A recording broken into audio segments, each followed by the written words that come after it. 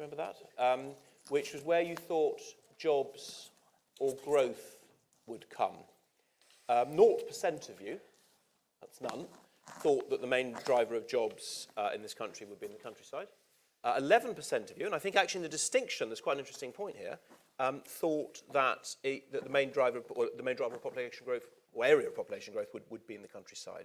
So what does levelling up look like outside big cities, with a particular focus, I think, on rural areas? Can I just ask you all a question first, because it's the end of the afternoon, it's a bit hot in here.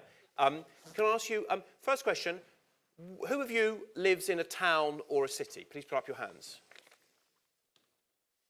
And who of you lives in the countryside? Okay, that's definitely a little bit more than the country. Who of you who live in the town and cities have in the past lived in the countryside? Okay, so actually we're quite misrepresented. We're not a very good basis. Sorry, am I keeping you, sir? For the countryside. About half of us have or do live in the countryside. It's way more than usual. Just sit down or leave or listen, whichever you prefer. In 1851, the 5th time the census was done in this country, the British population became predominantly urban, and by quite a long way, we are the first country to be majority urbanised. That's a bit of historic context. I'm going to tell a story about a village I know, which I think exposes both the opportunities but some of the challenges for levelling up. And then I'll shush and everyone else do all the talking, and I'll introduce my marvellous speakers. About 35 or 40 years ago, I can't quite remember when, in a small Wiltshire village, a long, long way from here, a village long rendered prosperous by green pastures, by fat dairy cows, and the morning milk train to London. That bit was crucial. In this village, 35 to 40 years ago, the village shop shut. Too much competition, of course, with the cheaper, bigger, open all hours supermarkets in Shaftesbury and Gillingham or Tisbury. And in parallel, at the same time actually, dairy farming was starting to decline. The relative price of milk was ratcheting steadily downwards, and the cost and complexity of labour and regulation was ratcheting steadily up. Farmers retired, farmers amalgamated, the population declined.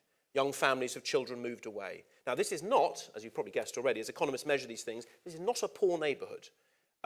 In nearby villages, less though this one, you can't, but in nearby villages, you can't really swing a cat without hitting a retired colonel or a weekending banker. But 20 years ago, despite that wealth in many of the homes, 20 years ago, there was a real, palpable sense of communal decline.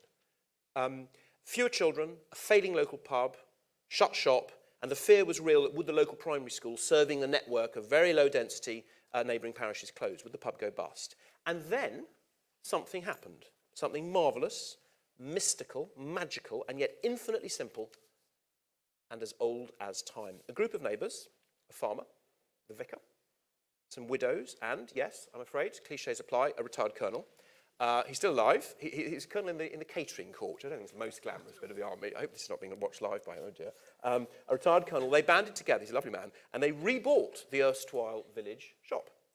And they got it going as a community business, part staffed by themselves, part by a growing network of local volunteers, which occasionally I'm proud to say I'm one, part staffed by a professional. It's not a charity. It has to pay its way, but it doesn't have to make a full commercial return. And ladies and gentlemen, as you can probably see where this is going, and I'm going to shush in a moment, the rebirth, the renaissance, if you like, of that small village shop, of the purveyor of hams and pickles, of milks and butters, to this deeply rural English parish, has been profoundly transformative. It has without doubt saved the village as a place, as a thing. It's saved the primary school, it's given people new reason to live there, and it has certainly fostered further social interaction amongst the volunteers more widely. The pub has now changed hands, and it's now on the mend. A closed local farm now hosts a score of rural businesses in former barns and outbuildings. And what was once not an impoverished, but certainly a declining place, is now palpably, I was going to say reviving, in fact it says reviving here, I think it has revived. I think we can go into the past participle. It is thriving. It is in every sense of the world, it is prosperous. As we heard last night from Robin Todmorden, the CEO of Calderdale Council, you can quite readily lead there a larger life. It is a sticky, placey place. And if that isn't levelling up, actually, despite the prosperity of the place, then I don't know what is. And that is what we're here to discuss, because of course that is a place with lots of social capital nevertheless. So I don't say you can just sort of simply create social, those villages anywhere. And I'm very pleased to say, and that's the end of what I'm going to say, that we've got a fantastic panel here to take the dangerous slot before the end of the day. So well done for our speakers taking the hardest slot of all. Pam Warhurst of Todmorden, Jon Knight, the Chief Executive of the Together Coalition, and Crispin Truman, the Chief Executive of the CPRE. So I'm gonna start by asking Jon Knight, who I had a fascinating conversation with about his work yesterday, to start. You can come to the podium or stay there, whichever you prefer. No, I shall just stay here. Thank you very much, Nicholas. Good afternoon, everybody. Well done to all of you for staying till the end of the day.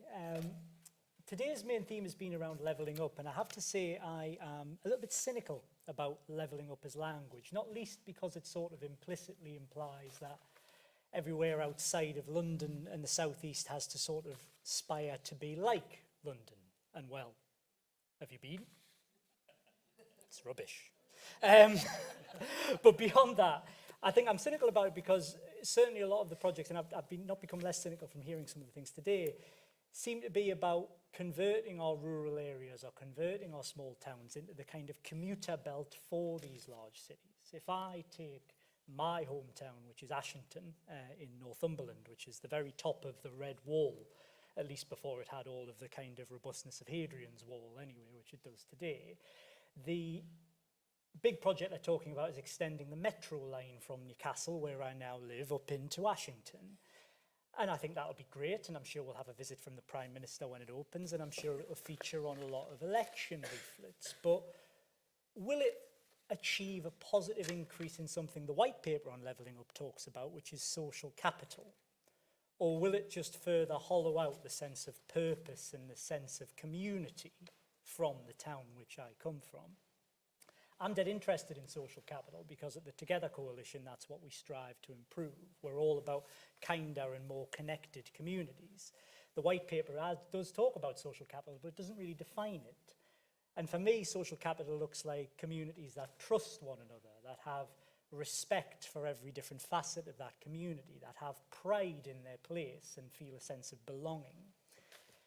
We Together really try and drive that home using events. Our big event is Thank You Day. It's on Sunday the 5th of June. It's not too late to get involved. If you do, use the hashtag, please. It's the only plug I'll do. Right. Everyone else has been trying to sell their book, so I think that's quite mild. I have no book, I have no village shop, but Thank You Day would be great. And our projections show that 15 million people are going to get involved in that, and they're going to celebrate the Jubilee, and they're going to bring their communities together in doing that. But they're going to do that at a really hyper-local level. And in that way, I think that smaller communities, rural communities, have the jump on urban communities because they're going to bring together people who know each other, who build that sense of community from each other. If you go to a large urban event, you're going to take your two pals and you're going to talk to your two pals. You're not going to talk to your neighbours. You're not going to talk to people from different walks of life. And that relationship driving is what gives the communities that sense of shared identity, that sense of we're all in this together. And if you think I'm painting a view of smaller communities as being all about church fates and school gates, I don't really apologise for that because those are where relationships happen. And to torture the metaphor of the name of the conference, if we want to restitch anything, the thread we have to use is those relationships and how it connects together. And you can see that in the book from today's conference. Look at every single one of those great Restitcher projects that we hero. Look at the incredible article from the Local Trust, from Matt, talking about how communities can fix these problems themselves. Rural and smaller communities maybe don't have the acute and eye-catching problems of large urban ones, like, say, knife crime or violence. The loneliness epidemic or the inaccessibility of healthcare provisions are really acute problems for these parts of the world. And I think neighbourhood-level initiatives, like the ones heroed in the book, can make a lot of difference in that. But we don't see the idea of a neighbour driving somebody to a hospital appointment as a policy solution because we've kind of forgotten to invest in communities at that level and drive that social capital at that level. And I'm sure transport will come up again about that. And the stats bear it out, right? In the book, it talks about 73% of neighbours, the Cares family talking about 73% of people want to know their neighbours. There's a great report from More in Common where 63% of people say they see the solutions locally.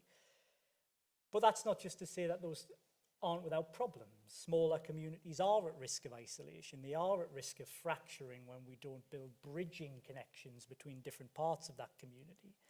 And that division can create real tension and strain relationships in communities, which is, again, why we Together really feel proud about bridging different parts of communities together. So for me, levelling up has to not just be about kind of carving out a piece of that infrastructure or financial capital and sort of dropping it near some people that can then reach it with a transport project. It has to be about investing in that social capital so that communities don't just survive with access to jobs, but they thrive as kinder and more connected places. And I personally think if London or Whitehall wants to know what that looks like, they can look at these rural communities and they can look at smaller communities to teach a thing or two to our big cities. Brilliant. Thank you very much.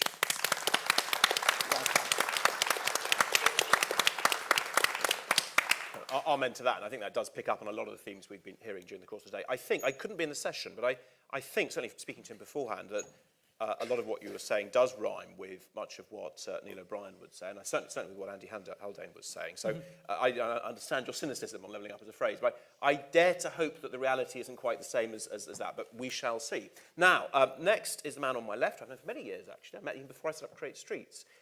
Much of the pressure in the countryside, forgive me, you don't have to respond to what I'm about to say, much of the pressure in the countryside, particularly in the southeast, dare I say it, is clearly on housing and on how new housing integrates, or let's be honest, I think more often fails to integrate with existing places. And there are all sorts of physical reasons about land allocation, parking requirements, sort of great big sweeping approach roads that do that. And that leads into very important politics about housing standards. But actually, I think in that debate, often we miss what we're trying to get into today, which is how communities, rural communities, to pick up Jon's point, don't just survive, but thrive. Crispin. Thanks, Nicholas. And Jon and I were talking earlier on, and we were a bit worried that we weren't going to find anything to disagree about. Oh, you must. I think you just said that London was rubbish. Did you know that? I did. Well, I live in Hackney, and what's quite interesting about that, actually, what am I doing here talking to you about rural vision when I'm a Hackney city dweller? But what I've seen there, living in inner urban London, and I love it, by the way, is improvement over the last 30 years, massive improvement in terms of public realm, access to green space, public transport, thriving high streets, all the things that we're talking about actually have been happening for 30 odd years since Richard Rogers and the whole vision for urban regeneration. We all know what urban regeneration looks like. I don't think we have a vision for rural regeneration. So I think actually that's a big problem to me. The House of Lords Select Committee a couple of years ago said DEFRA needed a rural strategy. I agree with that. DEFRA won't even do that. But actually, before you get a strategy, you need to have a vision. And I challenge you actually to really describe what rural life should be like, what we want it to be like in the 21st century in a holistic way. And actually sitting in an urban area where you're seeing all these improvements, I'm even wondering, why do we have rural life in the 21st century? Why is it important anymore? And so many of us live in the city. Of course, it is really important. One of the reasons actually relates to the previous session, because, of course, thriving rural communities, thriving countryside are an essential part of our response to climate change. Countryside is at great risk from climate change, possibly the biggest threat now alongside the development you're referring to, but it's also a huge part of the solution. So we've got to get the countryside and rural life right to solve some of that, and I think we're a long way off it, and we're doing much better in urban areas. And I see that CPRE, the Countryside Charity, is actually 40 local groups as well as a national lobbying organisation. And by the way, my ask is not for a book. Please join CPRE. If you like what I've got to say, join CPRE online. Pay Crispin's salary by well, only for a bit. You put me off now. Sorry. But if you feed me a line like that, I'm going to respond. I can't help it. An army marches on its stomach, Nick, by the way, so the catering course is probably quite... Absolutely. Well, the shop's very good. But the only thing I know about the military. We really need to create a vision and a strategy for rural life in the 21st century that has meaning. And I think two key things about it. One, it needs to be holistic. Because I think, particularly in the rural context, the interdependency between all the factors that make for a good rural life is absolutely acute. You cannot tackle one, like affordable housing, if you don't tackle the others, like services and jobs. A young person can't live in a rural area if you don't tackle all of those things. And here we have a major crisis. So I think the other key thing about rural life for me and levelling up rural life is people. We actually need more people, far more people in the countryside, both as visitors. So during lockdown, with great public awareness of the value of green space, a lot of people going out to the countryside, a lot of people doing that badly, which led to rural folk sometimes saying, go away. Well, actually, that's the wrong response. We need to embrace visitors, but we need to teach them and help them to enjoy and understand the countryside better so they will then care for it.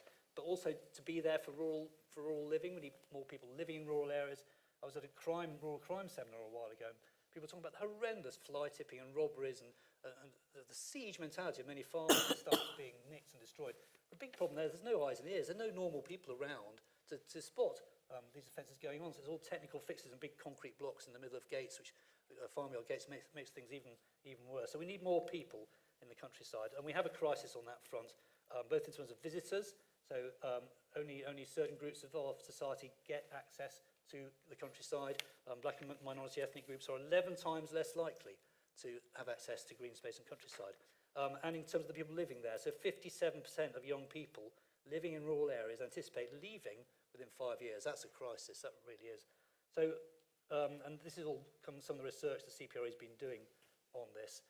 So we need a holistic vision and strategy, but that is made up of key pillars. There are key themes to that, all of which we'll recognise. So affordable housing. So CPRE is well known for trying to stop some of the more awful, inappropriate, car-dependent developments that are very familiar to us all. But we also campaign for the right solutions for rural housing, and Create Streets are a great exemplar. We admire their work, and the design quality and the vernacular and all that is very important. It also needs to be, of course, affordable, needs to be in the right place, it needs to be community-led, needs-led, not market-led. And we reckon there's a need for billions of pounds of government investment in rural social housing in the years ahead. Transport is absolutely crucial as well. We did some research recently that found that, no surprise, rural areas in the southwest and the northeast, our sample areas, 50% of them were literally transport deserts. There was no way you could lead a normal life living there without a car. So does that matter? So many people say, oh, well, you can't live in a rural area without a car, duh. You urbanites, what are you saying? Well, so that means poor people can't live there, means young people can't live there, means old people can't live there. That's not on. That is not on. We've got to challenge that and say, no, actually, you can't say you can only live in rural areas with a car. And of course, the Victorians had a perfectly good public transport network for villages and towns. That was dismantled in the 1960s. Interestingly, not by Beeching, but by his boss, Ernest Marples, who was building motorways and making money out of destroying the railway network. That's a bit of an aside. But I'm going to interrupt that. I describe Ernest Marples as the unknown evil man of 20th century British politics in a book that is coming out next year. Yeah, I was going to look at Beeching was just a lackey. He just did what he was told. And Marples is the true villain. I totally agree. Yes. Well, we should probably talk to the rest of the audience now. Oh, Sorry. Right, okay. And there is a solution to that. CPRE has done a lot of work on this, and we think that every village, every hour, should have a bus service every hour. And again, people say, oh, well, people won't use it. Well, people don't use village buses because they don't turn up, because they're far too irregular, and because you stand in the rain on a futile quest. If you knew they were going to come, and there's a lot of evidence of this, build it and they will come. People will transfer, and it will become more economically viable. But the government has to take the first step and get those buses into villages and rural areas. And then people will be able to get to their GP, get to basic services we all assume that you need access to. They can't do that at the moment. I couldn't be here at the CPRE without mentioning planning, of course. So we're campaigning a lot on a positive vision for planning. The government is currently doing a lot of work on this with the Levelling Up Bill, of course, key to that. And what are we looking for planning? Well, we have 6 key tests. You can see those on the internet. But the key is it is about community-led, so a big voice for communities. And that's particularly important in rural areas, I think. Things like neighbourhood planning. Apparently there's a lot fewer neighbourhood plans in the north, so there's clearly a levelling up issue there. Local green spaces, little known under the National Planning Policy Framework, local people can get together and designate a green space and protect it, small green space. That's far less used in northern and less well-off areas, so another levelling up issue. Where I live in Hackney, I've got more access to green space than I had 10 years ago. It's fantastic. It's not happening. It's not happening in the countryside. And not only access to green space, but community spaces, community buildings. So Nicholas's description of a Wiltshire village earlier on and the revival of the shop, absolutely right. In my previous job, I was running the Churches Conservation Trust. We were looking after historic churches all around the country, abandoned, grade 1, beautiful countryside churches, most of them. And I would visit some of them, and there'd be this stunning church surrounded by houses, all clearly very wealthy. And the people had turned their back on this church. And this was commuter town writ large, no community facilities, no community life, and an empty church. You think, why are people not engaging with this building and bringing it back to life? Not just for worship, but for a whole range of community uses. And we need civil society spaces for rural areas and villages and market towns to have any meaning whatsoever. That doesn't have to be a church, of course, it can be a pub, or often you get both together nowadays. And finally, I will mention, of course, agriculture, and that there is an opportunity at the moment with the government's new approach to agricultural funding. The Environmental Land Management Scheme is in its early days, lots of flaws with it, but that is a key way to get farmers, particularly landowners, to do other things for people and nature, not just for food growing. So I think we've got a bit of an opportunity there. I've coined the phrase the 3 A's. I think there's a bit of an opportunity around rural levelling up and countryside levelling up at the moment. One is public awareness, that's the first A, because the public, particularly since COVID, have become really aware of the value of green space and countryside. Let's capitalise on that. Let's keep people really engaging. As David Attenborough said, people can't care for something they don't know. Well, let's get them to know the countryside and rural life. Second one is alignment. I think there is actually, despite everything, great alignment on countryside and rural issues at the moment between the NGO sector and government. And thirdly, Agriculture Act, the whole plethora of things happening in legislation. There's landscape enhancement, there's the Glover review of landscapes. There's a lot of opportunities there in legislative and government funding that we can make happen. And then we can get more people into the countryside, we can tackle the interdependencies, and we can level up. And then you can join CPRE and celebrate. Well done, no, that's perfect, perfect. Well done, brilliant. Thank you very much, Crispin. And you remind me, Crispin, and just before I come to Pam, who maybe is the answer to a rural vision, I've been a very bad chair, and my team are going to be cross with me. In fact, I can see one of them over there sitting frothing with fury at my poor chairmanship. I was meant to tell you about the Slido question. Now, you won't be allowed to leave the rooms. The doors have been sealed unless you answer the Slido question. I'd like this session to be the one where the most people answer the Slido question. So will you do that for me, please? This is the question. And actually, thank you, Crispin, because you reminded me. I hadn't done it because of what you said. It is probably a slightly loading question, so please forgive us. But this is not an academic study. Here are two statements.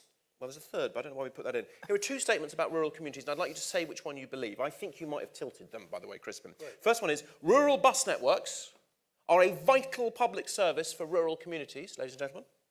The second one, and I know I'm conscious as I say this, I'm speaking next to a man from Hackney, that rural bus networks are a city dweller's dream that are not relevant or not that relevant to rural communities. I don't write this stuff, I just read it out. The third one, which I really hope you're not going to answer, at least don't bother if this one is don't know. So you can go for don't know if you prefer. Maybe that's a little bit better. So please do fill that in so we actually have something to respond to. Now, I was very upset yesterday because after trying to get to Todmorden for about 6 years, yet again, I failed to get to Todmorden. There was, as some of you may know, I know people. I can see people who went on the tour to Todmorden and to Hebden Bridge yesterday.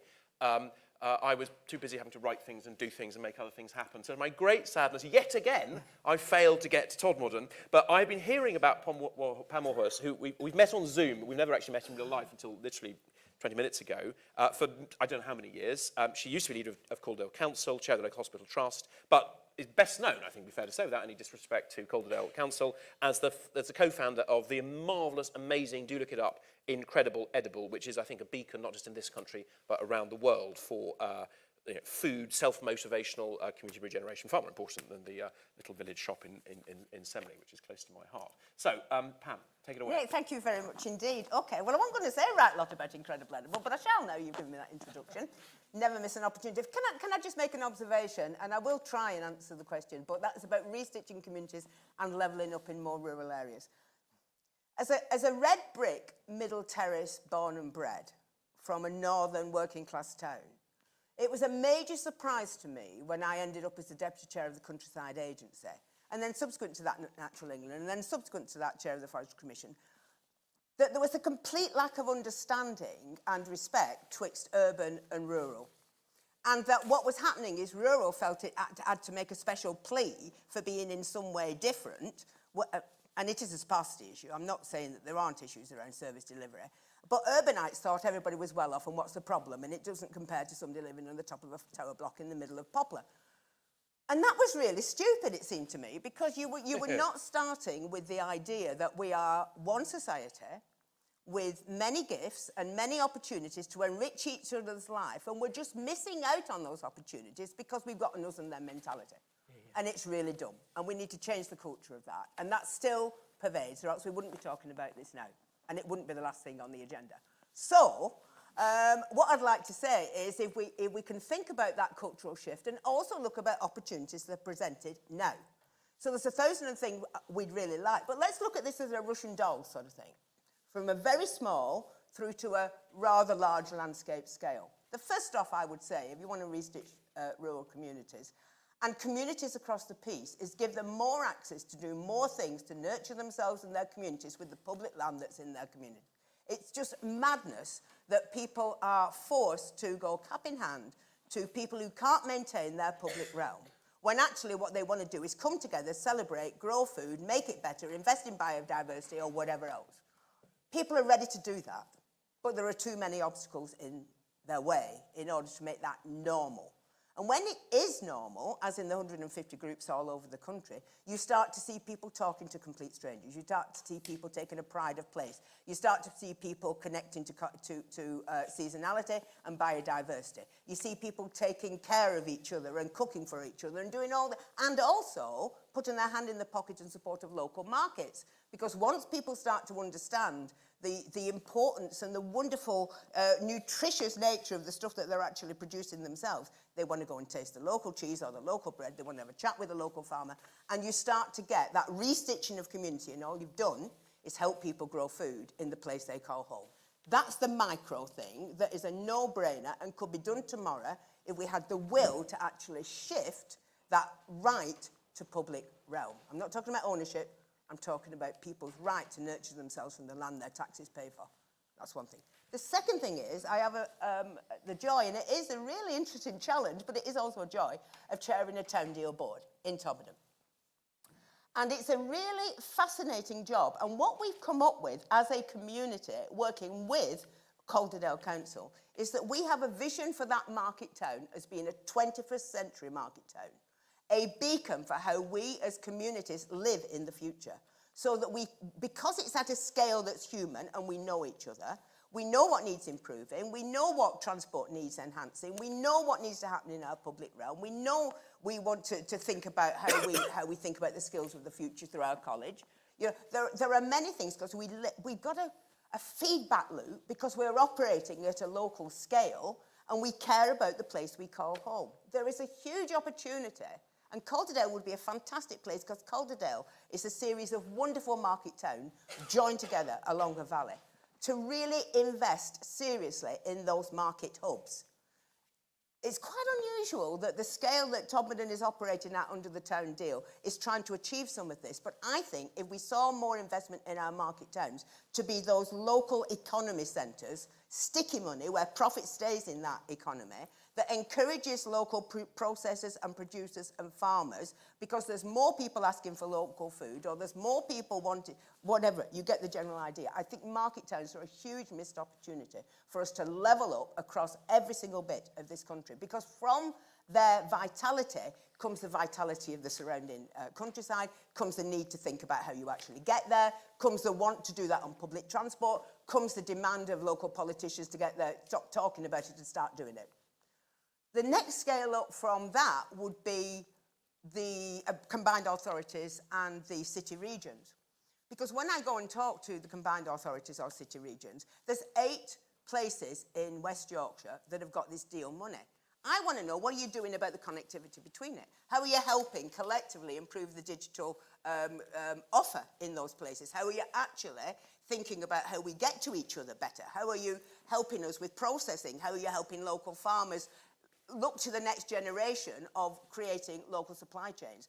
Are you actually, well, I'm not getting a lot of buy-in for that.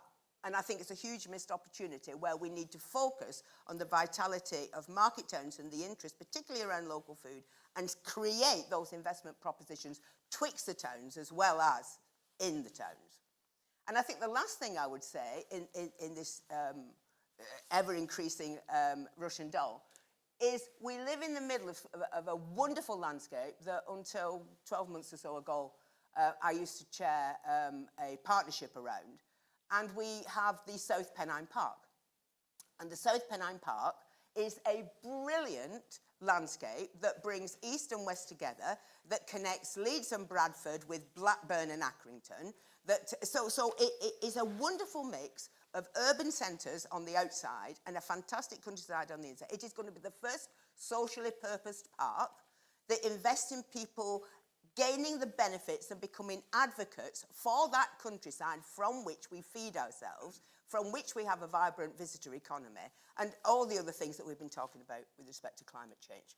So I think if we just got our heads round a cultural shift that says rural areas are a huge asset, rural communities are absolutely integral to how we create a kind of prosperity, then we have the means, if we have the will, to increase and ratchet up those levels of investment and actually make this levelling up agenda normal across the piece. We shouldn't be arguing about it. It's basically a levelling up agenda for anybody, anywhere they live. I would like to bottle that and pour it all over Whitehall. Thank you very much. Yeah. Well said. I'm going to keep these guys on their toes. Can I say, I find that, I'm not going to be a neutral chair, what the hell. I found that obviously a very enticing response in a way to Crispin's challenge about a rural vision, so I put my cards on the table, I'm not neutral on this. Can I just, it's a bit unfair, because I've, hands up, is that the direction we should be going? Hands up if you agree. I'm not going to just... And is there anyone who thinks that's really naive and stupid? Or no, let me put it less pejoratively. Yes. Who thinks it's not deliverable? Can I just go to that? I'm going to ask some chairs' prerogatives. So why do you think that's not deliverable? And can I just ask you, I can only see you against the lights.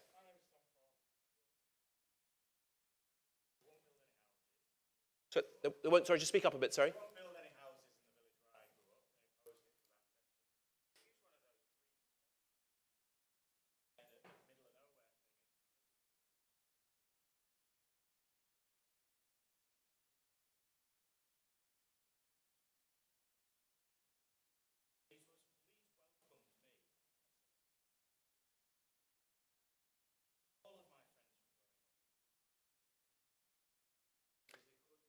Hang on, so you're making a comment on how we've done it. So I'm going to cut across you now, if I may. Your main comment on how we've done it, which I think we'd all agree with, I guess because the vision, I think, and Pam, same if I'm putting words into your mouth, is that actually that more growth is possible by working the way you're suggesting. Absolutely, we should put a line under the past and learn from that and redefine that relationship. So I'm very keen to be on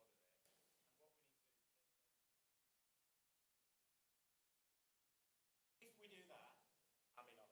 Okay, brilliant. Thank you very much indeed. Well done. Good. I'm going to come back to you in a moment if I can. So, Crispin, I think do you mind if I come to you on this? I think as the representative on the panel for the Campaign for Protection of Rural England, which I think on balance is seen as, I'm going to be unfair to you here, but as against what Tom is making the case for.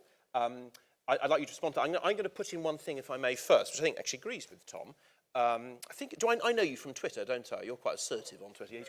He's quite punchy on Twitter, this gentleman. Punchy may not be the right word. Create Streets works with loads of rural situations where new housing is in the offing. I have to say the majority, with a very few exceptions, the majority of what the volume house builders, obviously with the exception of Countryside, who are one of our sponsors, and I have to say most of the housing associations as well, their ability to create not just the house, but also actually the surrounding road, that huge, great sweeping circle and the sort of 5 parking places, that actually feels like it is, that it nestles in the town, in the village, in the landscape, I have to say is bearing on the zero. And I mean, I find it profoundly depressing. So maybe I'm backing you up, maybe I'm backing up Tom. But we have to fix this. And if I was going to be punchy against the CPRE, and obviously I'm just doing this rhetorical effect, I'd say that the political power against building in the countryside, no doubt around Leeds, certainly in the Surreys and the Sussex and the Suffolks, which is, I guess, more where I'm from, is a deep, deep problem. And I just come back to that. Yeah, well, CPRE has always believed in the right houses in the right places, and we are campaigning at the moment for 12.8 billion a year to be spent on building social and affordable housing. So we're pro the right housing in the right places, but we do, I think we have seen over the years, so many very poor, very car-dependent, very badly designed, greenfield, expensive executive home developments that we find ourselves far too often on the back foot, or our local groups far too often find themselves having to fight against housing because it's the wrong housing in the wrong place, often because it's market-led, it's not needs-led. So we would be supportive of community-led right housing in the right place. Far too often the planning system isn't delivering that, and that's why we put a huge resource into trying to reform the planning system. It does seem to me, purely anecdotally, that quite a lot of volume house builders get permission for these ghastly things in the middle of nowhere, and then sensible, often farmer or community landowner-led community developments don't get permission. You sometimes wonder whether the planners are like playground bullies, are sort of picking on the little guys and letting the big guys get away with blue murder. But that's purely purely anecdotal. I've got loads of hands up now, which is great. But the key thing, when I got CPRE, when I got the job here 5 years ago, we were spending so much time trying to protect the countryside against housing. It felt so negative. That's why we put so much effort into repositioning ourselves to be about the enhancement and the positive future for the countryside. And the bottom line for me is housing's a good, a social good. People need it, we need it. That doesn't mean you trash countryside to get it. They're both social goods. So what we need to do is argue for the value of the countryside and the value of housing. And that's why we fight for brownfield development particularly. Brilliant, thank you, thank you. So I suspect Tom wouldn't totally believe that in every situation all the time that's always happening, but at least we are on a journey. I think we can all agree on that. And the spirit of this conference is disagreeing well and working together. Pam, you've run a council. I mean, what's your sense of the challenges? Well, that's very kind to say. I ran a council. There are all That's what it sorts- says here. I mean, Yeah, have you yeah, not? well, If not, I think you may have. I have an opinion about running council. Put that one. I think there's two things that come to mind. When I was in a senior position nationally, there was a big hoo-ha about concreting over rural areas. It went completely bonkers. As opposed to the reality, which was, if you actually took rural communities and looked at, say, putting 2 or 3 houses within those communities, you got everything you ever needed in terms of demand across the piece. So, first of all, you've got to pop the myths that people want to go out there because it's us against them. It seems to me inappropriate.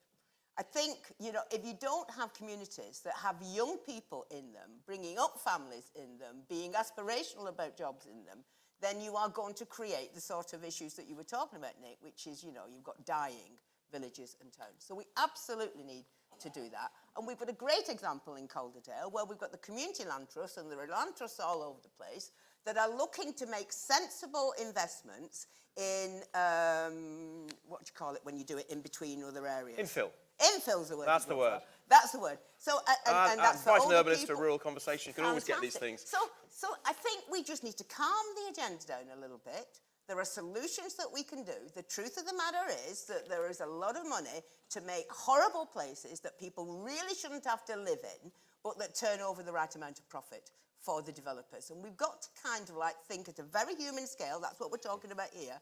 And through that operation at a human scale, showing the quality of the design and the homes that we're creating, not just building blocks, so that we can start to roll that out at scale. I think we've got real similarities of views on that, so thank you. Now, I've got various hands up, at least 2 of which I know have asked questions before. So, gentlemen there who I don't think has asked a question before, if I can just ask you to stand up and just project well, thank you. Thank you. I'm Jon Knight. I live locally. Really interesting conversation. A lot of focus on new development. Like in many parts of the country, we have a crisis of inefficient distribution of housing provision. I was in Cornwall a couple of weeks ago. I was down in Padstow for May Day, in fact. Every single house, practically, or every other house in the centre of Padstow, Airbnb. Yeah. Out of season, it's a ghost town. Yeah. And that goes for many other places. And actually in Hebden Bridge and some of the more picturesque parts of this valley, we're really feeling that effect now as well. And for young people who've grown up locally or you know, for not quite so young people who moved here in the last few years like myself, it's very, very difficult to get on the housing Thank you. ladder. So it's not just about building new stuff. Got it. Thank you very much indeed. John, can I come to you on that? And can I just add in something of my own, which I wanted to get in earlier, but it all sort of took off too quickly, which is, I mean, we had a very interesting conversation this morning about, technological change and whether that is an opportunity for towns that are less well connected. Interesting conversation on connectivity just now. Is there an opportunity for the countryside to have more people working in the countryside with that combination of, half the week in the city or the town, half the week in the countryside, use of, Zoom or broadband? So that's an opportunity, but there's clearly this challenge of Airbnb, just because this is going to challenge church and school, isn't it?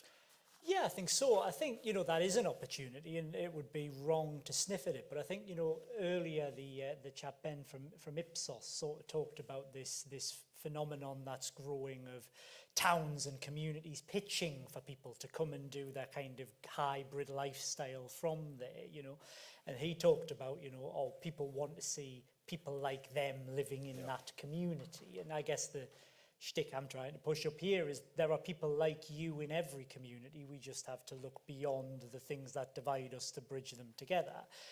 The problem that you're describing is another way of hollowing out communities, because that stops me finding a sense of shared identity in my community. That stops me bringing in, that stops me wanting to feel and be part of that investment. It's no different to the comment you've made up there yourself, Sarah. Listen, I'm not going to sit here like a hypocrite. I'm from Ashington, but I live in Newcastle. I thought from your accent you were from Suffolk, but Indeed, it does come across. But I too, have been part of that. Could be considered part of that generation where I'm flipping my communities, I'm flipping my narratives, I'm flipping it all together.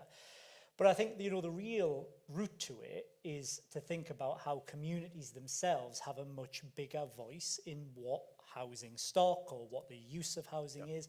Beautifully impassioned speeches from the soapboxes today about local initiatives wanting to buy up distributed land to give it to people who have genuine need. And communities can fix these problems. It's on the podcast that Onward and the Cares Foundation, which there's a leaflet for in your red books, and I'd encourage you all to listen to.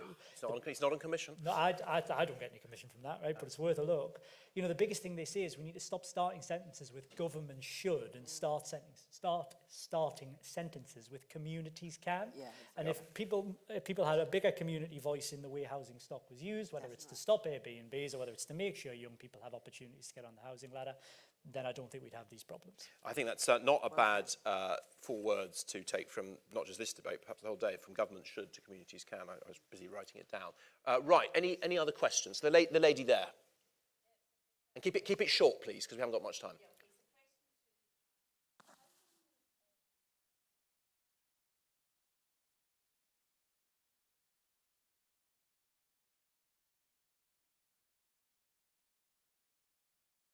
Hang on, just don't answer quite yet. I'm going to take another question as well, if I may. Lady right at the back, yes, please project well.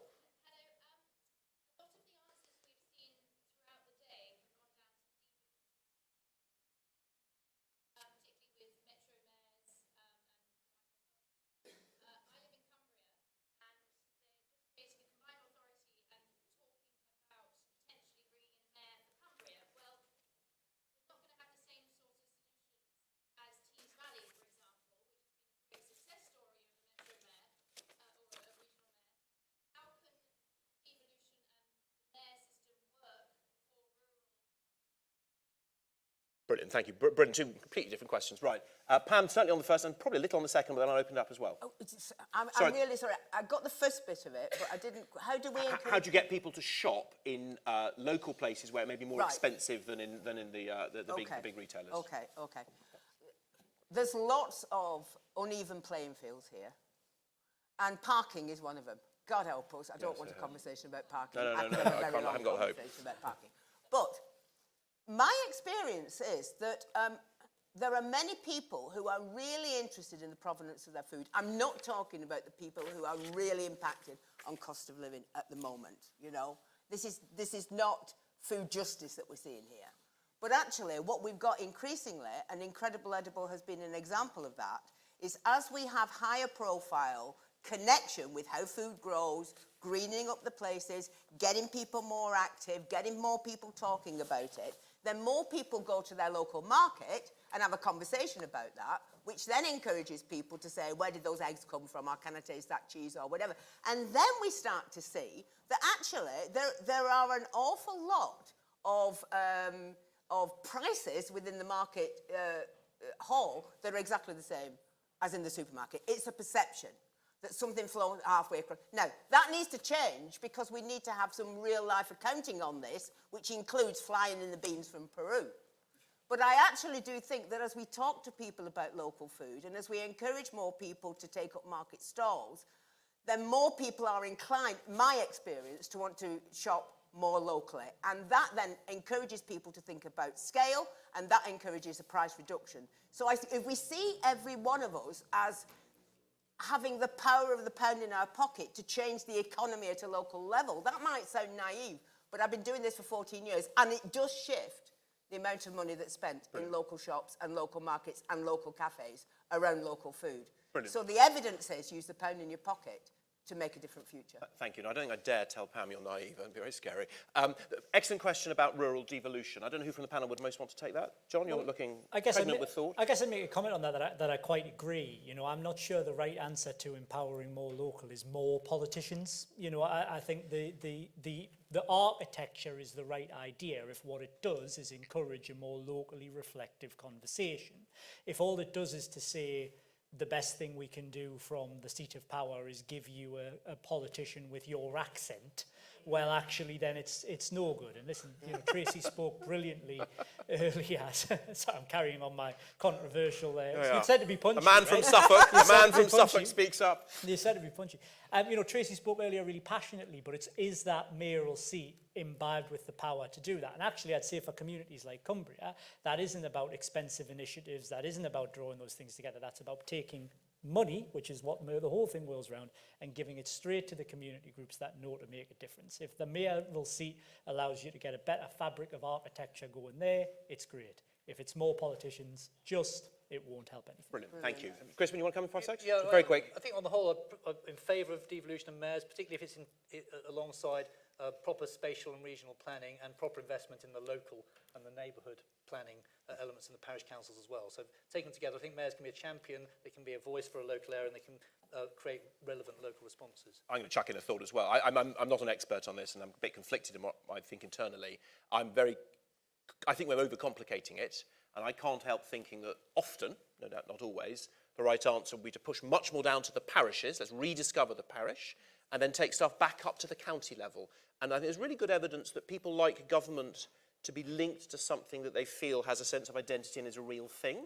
And, you know, I'm a bit of an old-fashioned Tory, but you don't necessarily have to be an old-fashioned Tory to think that there is something quite historic, about 1,500 years, to the English county system. So it was interesting, I was showing a map of England to a French nephew of mine earlier this week, with all the sort of regional splits of governance. And trying to explain it, admittedly in French, was jolly difficult. And I realised how little I understood, even in English. Right, last question to be very brief. First hand up I see. Gentleman there, keep it brief. You've got about one sentence, maybe two if you're lucky.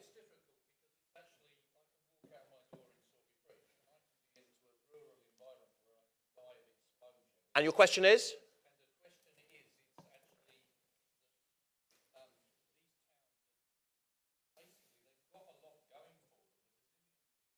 And the question?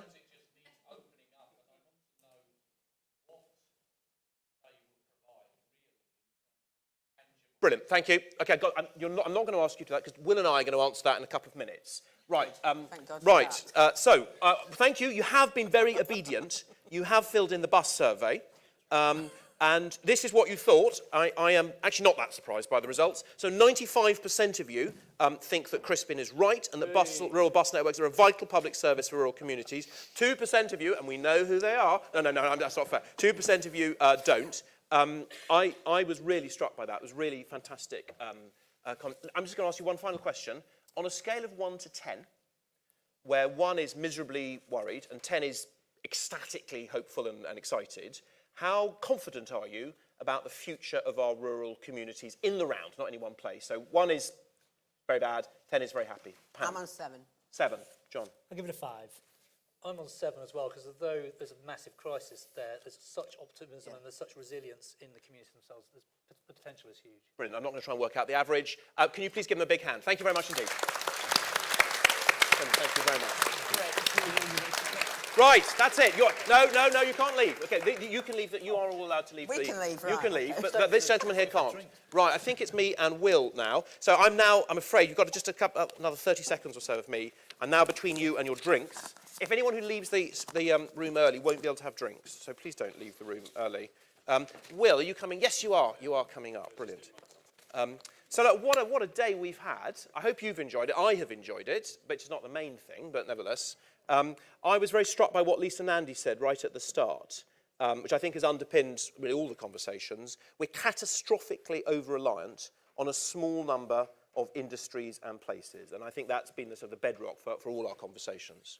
Something else Lisa said, which I think has come up again and again, it was something Andy Haldane said, I think Ben from Ipsos Morris said it again, I think Tracy Brabin was saying the same thing, that rights alone are not enough. You need the ability to use them. And so that sense that the kind of permissive reform, perhaps, that we've seen over the more recent past of just giving people kind of empowerment isn't enough if you don't have the sharing of assets, as Andy said, but also the sharing of financial resources, the ability, the means to level yourself up, rather than just the means to be leveled up by someone else. And actually, I think even above that, it's the process to make it doable. The marvellous team at Create Streets spend a lot of time helping neighbourhood and community groups make funding applications. It's not actually what we're paid to do, but we sort of end up helping them do it, and it's a nightmare. And the marvellous Anne Sutcliffe from the Rotarians in the first of our soapbox sessions this morning, she made a lovely comment that several of us wrote down, because we rather liked it, was that applying for funding was like, quote, shooting arrows into the abyss of the funding system. And I will pay her the ultimate compliment of stealing that phrase without probably quoting her. But this wasn't something that just politicians and community leaders were saying. It was also something that businesses were saying. We heard from Pete Gladwell from L&G, one of the biggest companies, one of the biggest pension funds in this country, a kind of global funder, who said very clearly that we are increasingly convinced that places can shape their own future. And I thought that was quite a profound sentiment from an organisation that ultimately operates at a level far beyond individual places often, and is investing at huge scale. So kind of very clear sense from the business community that the places can take on some of their own destiny. And if I may just underline that point, I mean, I went mad basically about 8-9 years ago and gave up quite a well-paid career to set up a social enterprise saying that place matters in my dining room. With one or two exceptions, almost all of my dear and old friends said, you're mad, you shouldn't do this, and you're wrong, and no one's going to listen. And I think we are changing the discussion on this, because I mean, place provably does matter. And that, I think, again, has come up many times today. There was a couple of things that came up in some of the breakouts. The point that most important in a new settlement is where you put the school. I can say we keep putting schools in wrong places. And Brian Dorr gave a very powerful story about the way in which they saved a pub, and which was going to be knocked down. And given what they've now done with it as a community-owned pub, no one's going to knock that down. So place matters, and we collectively, as individuals and as communities, neighbours, can be the agent of our places. But I think that leads to, and this is our answer to your question, this I think leads to a challenge for all of us, for all of you. We have, I hope, agreeably fed and watered you today, as well as intellectually nurtured you. We don't just want today, and indeed Tuesday in London, to be a point in time. We want it to be the start of a movement. And so we have a challenge for you.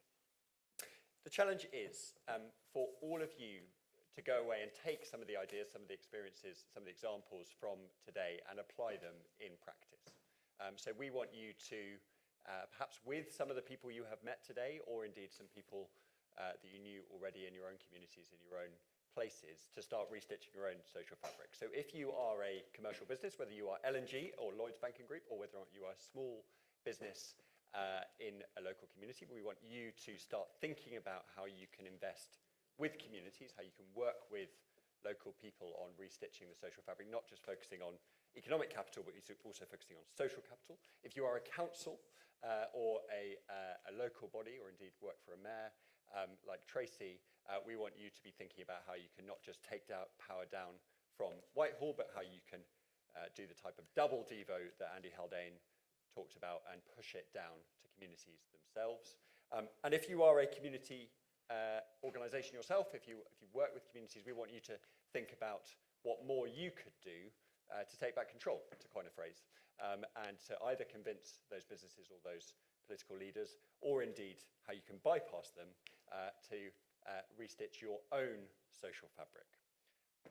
Yes, and I think to councils very much, don't always try and be the cause of change. Try not to always be the change, be the agent of change, and create an environment in which many people working collectively and collaboratively together can make change happen. So here's the good news. We are going to hold you to it. We have all your email addresses, and we have the legal right to email you in two separate lists, but we can get at all of you. And we are going to email you in about 6 months' time, and we're going to ask you to come back to us about what you've done with others, who you've been in touch with. We've been encouraging you all day to be in touch with people. You've got one last opportunity if you haven't taken us at our word. So please all become restitchers, like those marvellous people that have spoken to you during the soapbox and who hopefully you have spoken to over lunch. And we hope that some of you will have done it. We hope that all of you will have done it. And we will then share those stories with everyone who attended Restitch, both in London and in Halifax, and our respective networks as well. And then anyone who wants to help you or get involved in those projects locally can do so. And hopefully we will spread the word such that you provide an inspiration for others. And then in 12 to 18 months' time, possibly here in the Peace Hall if they'll have us back, or maybe in another post-industrial town in the north of England, or indeed a rural community elsewhere, we will hold Restitch 2023, where we want some of those projects to be Restitchers on the soapbox, in the programme, on the screens around the venue, because we want today to be a moment, and Tuesday, where things started rather than just a moment in time, as Nicholas said. And the good news is, or the second bit of good news is, that technology is making that much easier. Actually, I realise I've put down my phone, and I don't have the results of our of the mapping survey we've done. But what we Create Streets are discovering, as we work with communities up and down the country, is that the ease with which we can gather data, talk to each other. No, it's not coming up. We'll just have a little technical error there. Understand what people like, what they aspire to, is just getting easier and easier and cheaper and cheaper. And certainly in the projects we're doing, I can see one of the people we're working with just in front of me there, in Girvan, in Scotland, in Sunderland, in Grimsby, in Rochdale, and all around the country. There's a huge latent desire to do this. Here we are. There we go. So what do we say? No, sorry, my fault. I hadn't read the thing because I was busy chairing the session. So thank you to people. So what this is starting to do is to start to tell. I mean, we've done this. Essentially this bit here on a budget of 0. What are the bits of Halifax that people like, that they dislike, and they'd like to see improved? And we're sourcing ideas for how it should be improved. Thank you very much, guys. So we will be sending this to our friends. I can see them in front of me here. It's Caldale Council. It's up to you what you wish to do with them. But public engagement is not just getting cheaper. But what we're discovering is that the quality, as well as the quantity, of the information you get is just expanding out of all combinations. You need to learn to filter it. Anyway, enough of that. On to the thank yous. Yes, so we have a few thank yous before we release you for drinks. So our first thank you has to go to the Peace Hall, the Square Chapel, to Nikki Chance-Thompson and her team, from the baristas outside to the people who welcomed you this morning. They have all worked incredibly hard to host us here in this magnificent venue. And if you could just, we won't do this for every thank you, but if you could just join me for a round of applause. Thank you. Right, you have to. It's quite hard to do one clap and then not do the others, you see. But second thank you, and there in front of me, is to Robin and his team at Calderdale, to Councillor Tim Swift, Councillor Jane Scullion, who did a marvellous introduction to us this morning, and also at the end of our session in London, and who've been helping us source the band, all sorts of things. So huge thank you to you for your support. Yeah, we're going to clap everyone. What the hell? I have set a date in question. Third thank you, just very quickly, is to our respective teams. Yeah. Nicholas and I have the great pleasure of standing on the stage and speaking to all of you, and it looks like we are the real people in charge, but actually we're not. Not true. We have done very little. We've just turned up on the day in our teams, particularly Katie, Eleanor, Belle and Lauren, but a whole host of others too, have worked for close to a year tirelessly to try and put this event together, both in London and here in Halifax, and we owe them a debt of gratitude for putting it all on. So thank you for that. Well, Will doesn't know I'm going to do this. A very nice person who I can see in front of me, though I won't name her, gave me a bit of feedback earlier. I'm not saying you all have to think this, but I said I was going to quote it at the end. But someone said to me this afternoon, one of the nicest things I've heard in a long time, and I want to share this with the team, if you will forgive me for a moment, indulge me. Will doesn't know what I'm about to say. This is the very best conference I've ever been to, ever, for 50 years. So thank you very much indeed. And well done to the team. And thank you to our speakers. Sorry, forgive me. Thank you to our kind speakers who have come from Singapore, Davos, Calderdale, London, and many other places as well. Thank you to our sponsors. The reason it was free to attend for all of you, that we were able to put on such magnificent food in such magnificent venues, was partly because of the generosity of our headline sponsors, Barclay Group, Legal & General, Lloyds Banking Group, and Local Trust. And not to forget our very kind breakout sponsors, without whom we could not have had the intellectual depth and levels that we have here: Countryside, Engage Britain, Historic England, JRF, JTP and Vectos. Thank you to all our sponsors. Thank you. I can see a man there slow clapping. He's had enough. We are between you and the drinks. We'll stop being between you and your drinks. Thank you very much indeed.